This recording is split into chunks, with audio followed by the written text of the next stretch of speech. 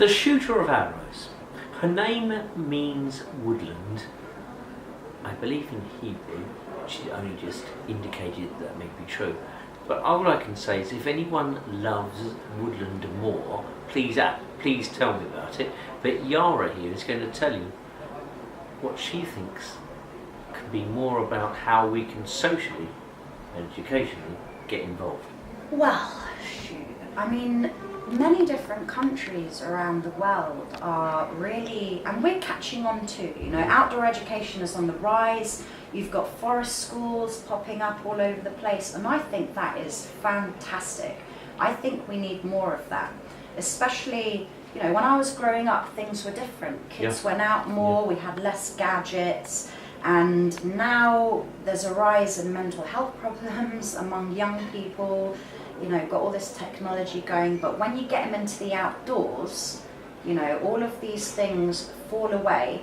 And what I love about outdoor education, Stu, when you are out there in the woods, any kind of labels or, you know, all of that, those masks that we have in the city, they drop away, and life is what you make it. Now that's true in any case, but it is enhanced in the outdoors because it's just your knowledge and the environment.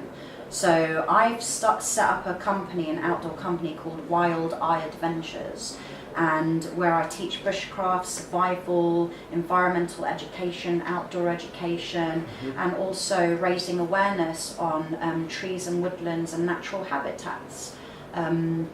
And I've seen the most amazing transformations happen with young people and adults as well in the woods. Nature is a classroom. Nature is an amazing teacher. We just have to start listening. And Bushcraft is not all eating insects and knowing which mushroom to pick and which ones to leave alone, is it? I know that's sort of very much sensational television, but it's a lot more than that. It's a lot more sentient and feeling about how woodland and yourself interact.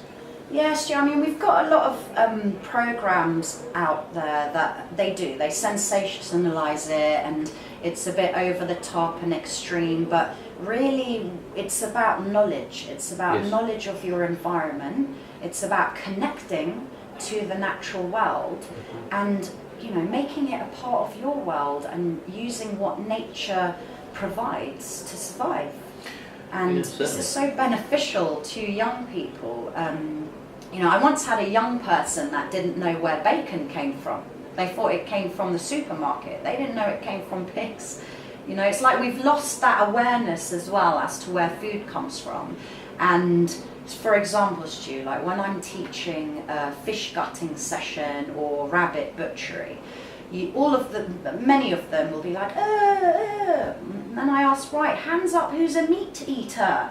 And all the hands go up, you know, and it's like, well, where do you think your food came from, you know? It's like someone has gone out there, killed the animal, gutted it, done the horrible bit for you, wrapped it in nice plastic and served it to you. It's like, you know, so that education brings in awareness, it brings in truths, it brings in, you know, like for example, when I was in Borneo, I don't really eat meat, Stu. I'm a bit of a flexitarian, like I adapt to my environment. But when I was in the jungle, yes, I ate meat.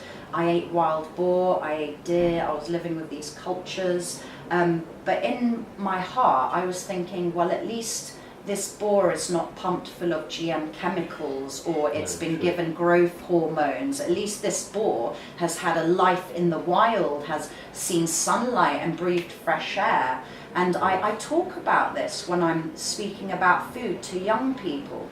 It's just our perception. It's like we passively accept the torturing of an animal, imprisoned for life and pumped with, you know, who knows what, and that's okay. But you know, to hunt and kill an animal that's organic, that I think we've got our perceptions a bit mixed up. So outdoor education helps, not just in that sense, but in many ways.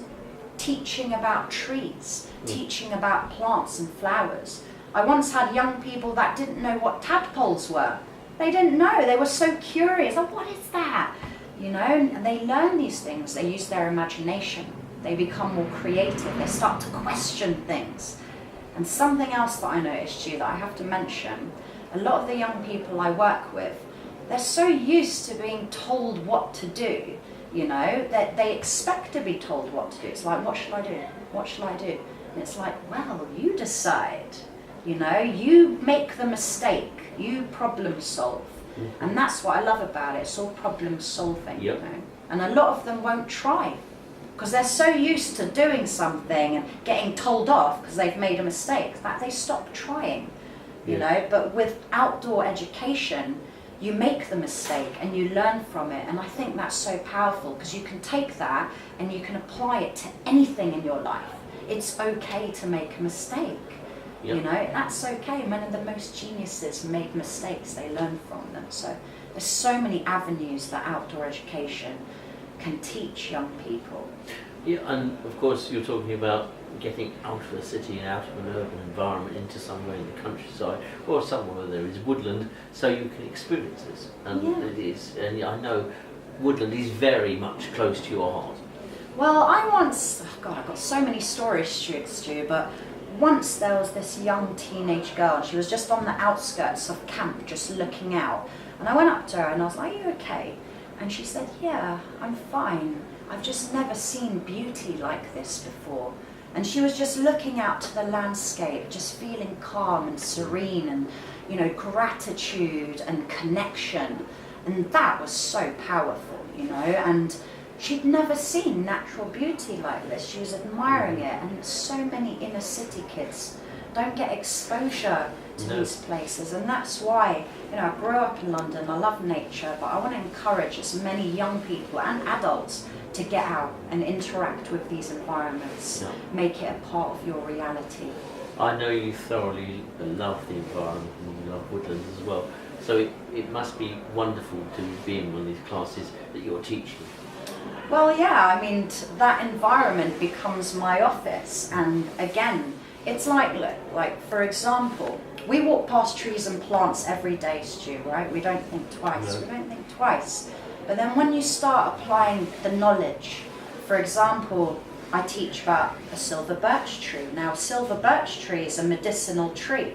For 3 weeks in the springtime, and only 3 weeks, it'll produce a sap, it'll produce the water, which is high in nutrition, high in vitamin C, it's got medicinal properties. The bark of the tree I can use for tinder, it's got a natural fire lighting resin in it, which is great for starting fires in wet weather.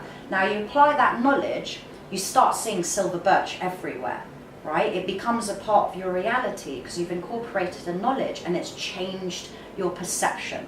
So then you start seeing silver birch everywhere. So when you take young people, get them into this environment and start, you know, educating them about environment, about, you know, the cycle of life, about what we do has an impact, about how you can make a positive difference to the world around you. When you bring in this education, it brings empowerment.